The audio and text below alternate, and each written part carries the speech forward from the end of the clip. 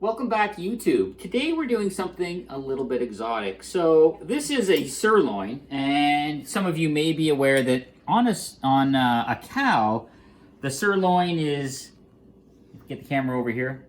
The sirloin is in the kind of the back side or back area there up the top of a cow. So I'm not sure where this is for this one. This is a sirloin, but this is an emu sirloin. So emus, right, are giant birds in Australia. They're up to 6 feet tall. They're just slightly smaller than an ostrich. And to many people's surprise, the emu meat is very red, and it's very red because it's extremely high in iron.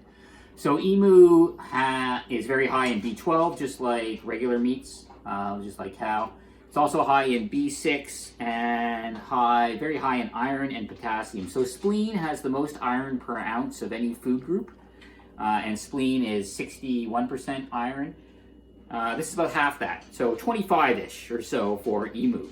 So this is an emu sirloin. Just like most sirloins, it's relatively lean. And because it's on the back, it's not like the legs. It's not a very difficult muscle or a tough muscle. So this will be good to have medium rare or rare.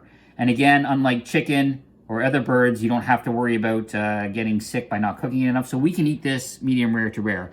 If you've watched my channel, you'll know that I like to have things blue rare or very rare. So I'm going to take this. Now I have some homemade lard. This is my homemade lard. So I'm just going to throw this in the homemade lard.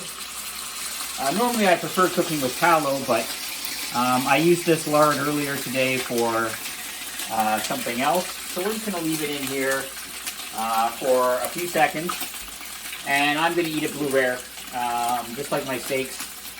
Went to a restaurant the other day and I ordered a blue rare steak and they brought it rare, which for me was severely overcooked. I mentioned it to him, but it was still good. I liked it. I ate it just fine. Nothing wrong with it. I got a recommendation not to use a fork. I don't think it really matters that much because I don't do a lot of stuff with mine. But you'll see that side cooked very quickly. It's already browned up quite a bit. So I'm just going to do all the sides here real quick. I'm going to do the ends as well, just to be safe, because I don't know where this emu has been. Oh, I turned it down and it's still really coming up there. I'm going to do the sides a bit as well, and you'll see that I'm only doing, 30 seconds a side, give or take, maybe not even. I'm really not worried about it, except for the outside, the gills. Really not worried about the meat itself. Again, some animals you should cook pretty well, like pig and chicken, because of the various pathogens within them. But emu is not like that. Interesting story I didn't know until I mentioned it to a few people that I got some emu, is that there was an emu war in Australia where the population was officially at war with the emu, and officially the emu won the war. I'm sure that she will try to deal with it. I don't know much about it, but it's interesting to say the least. Alright, so that's definitely cooked on the outside. That's all we need. Now what we're going to see here, is that the meat, because it contains more iron than regular beef, is going to look a lot more like the spleen. And if you remember the spleen, it was very, very red. And this is, it's definitely cooked on the outside.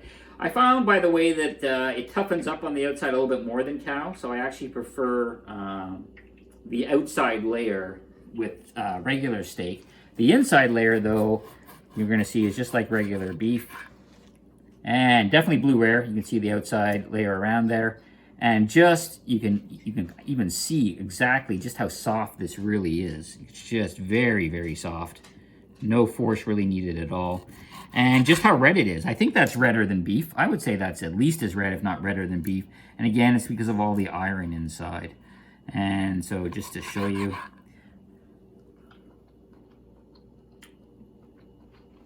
Yeah, in terms of the flavor, I'm certainly not an expert in emu. In fact, this was the second or maybe third time I've tried emu. Second, I think. But it tastes very similar to beef.